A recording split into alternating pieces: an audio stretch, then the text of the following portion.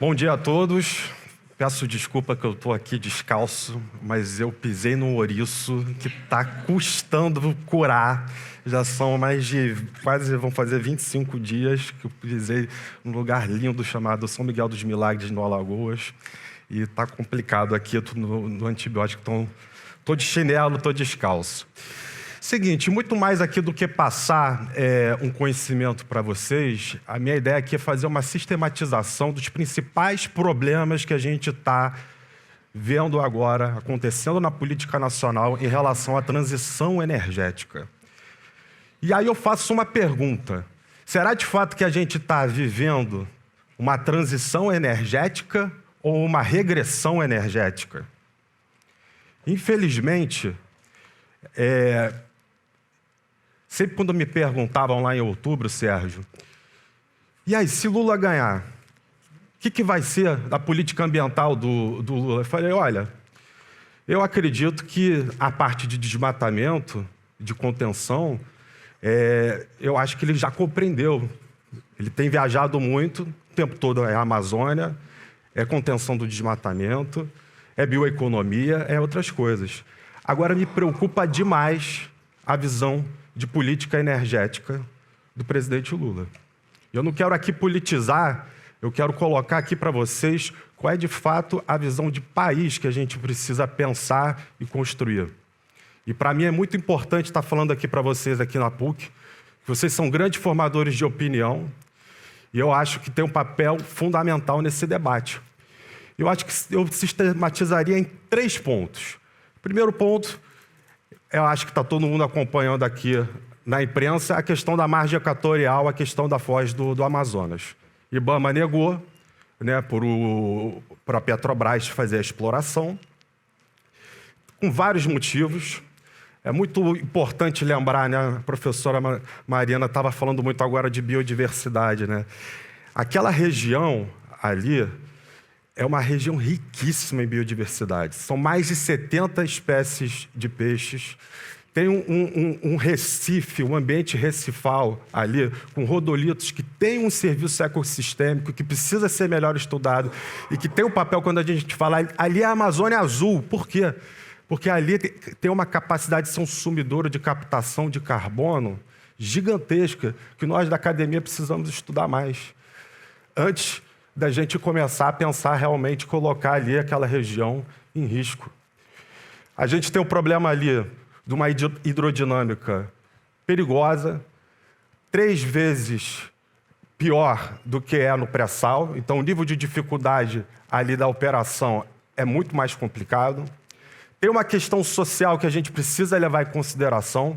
Muita gente tem comparado Belo Monte com isso. Eu sei que são negócios completamente diferentes, mas é impossível a gente não dizer que ficou um trauma do que tudo que aconteceu com Altamira e tudo que aconteceu com aquela região onde Belo Monte foi construído, um lugar que não era preparado para aquilo, e foi uma coisa completamente desorganizada que sofre efeitos até hoje. E a gente precisa fazer essa discussão de realmente explorar a margem equatorial. Ela é vantajosa, de fato, para o país. Ontem o Roberto Schaffer, da COP, né, Suzana, falou aqui, em termos de demanda energética, nos segundos cálculos deles, não seria necessário. Quando a gente junta essa informação com a informação de que a gente praticamente já se deu por vencido, pelo menos muitos estão se dando por vencidos, que a gente não vai conseguir chegar a 1,5 grau. E realmente, se a gente continuar fazendo essa exploração do jeito que a gente está de petróleo, 1,5 grau vai passar bem longe, muito difícil de chegar a 2 graus lá em 2050. Então esse é um ponto importantíssimo nessa discussão. O segundo ponto é em relação à Petrobras. A Petrobras ela tem um papel fundamental aqui no Brasil, e a gente precisa discutir urgentemente a modernização, de fato, dela. Eu acho que Pedro Parente, Castelo Branco fizeram um trabalho excelente. Petrobras tinha sido muito prejudicada, foi um papel focado em reconstrução de caixa, mas eu acho que, de algum modo, a Petrobras se desconectou com a modernidade. com o que as outras empresas de petróleo já estão fazendo.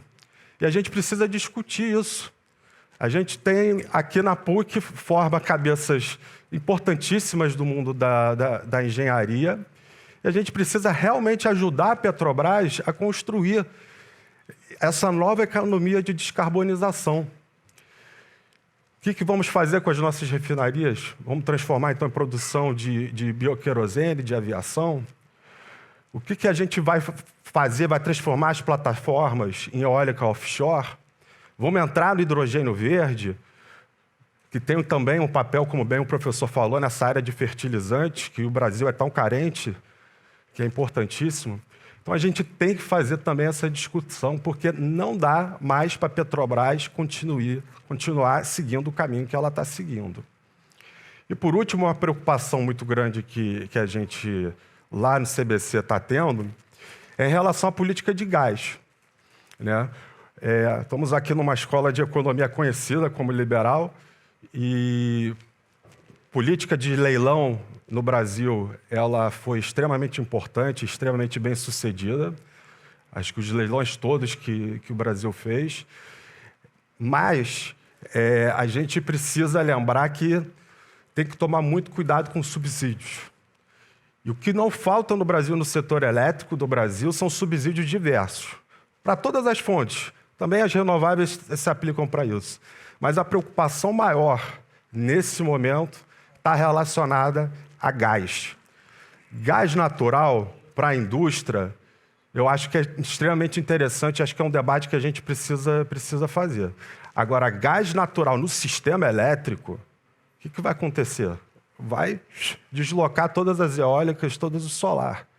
E o lobby que está sendo feito já há uns 3 anos no Ministério de Minas e Energia e em outros lugares, são um lobby fortíssimo e que agora o governo também transpassou do governo Bolsonaro para o governo Lula e continua talvez até pior, infelizmente.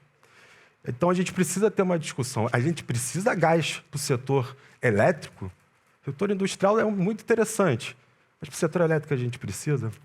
E para finalizar, acho que a gente tem que também pensar qual é a discussão de país e de visão, de transição. Qual é, de fato, essa transição?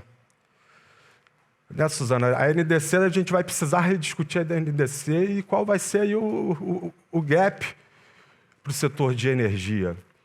E a gente precisa realmente decidir se a gente vai querer fazer o Brasil como uma economia pujante da transição energética ou se, de fato, a gente vai ter uma regressão energética. E eu acho que esse debate é extremamente importante e esses 3 temas aí estão postos aí para discussão. Muito obrigado.